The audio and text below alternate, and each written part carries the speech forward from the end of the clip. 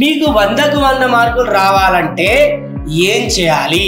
Yeah, do you want to ace good marks and simultaneously do you want to ace 100 out of 100? Yes. First you require point wise. ఒకటేమో point wise గా రాయడానికి బాగా ప్రయత్నించండి. Introduction should be good. Introduction అనేటువంటిది బాగా ఉండాలి. Second thing, the body should be there.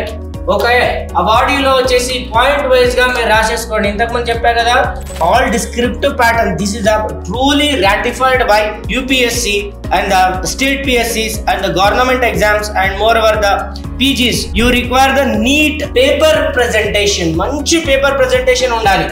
మీకు hand writing అంత బాగా లేకపోయినా ఎగ్జామినర్ కి అర్థం అవ్వాలి.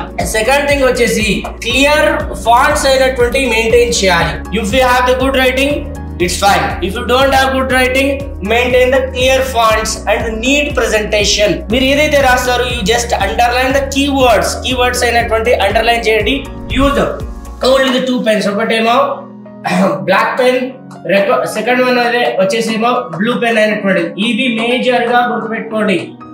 ఏదైనా ఆన్సర్ ఉంటే, పాసిబిలిటీ ఉంటే డయాగ్రామ్ మెథడ్ యూజ్ చేయండి, or else the bar method అయినటువంటిదన్నా యూజ్ చేయండి, or else the pictorial representation అయినా యూజ్ చేయండి.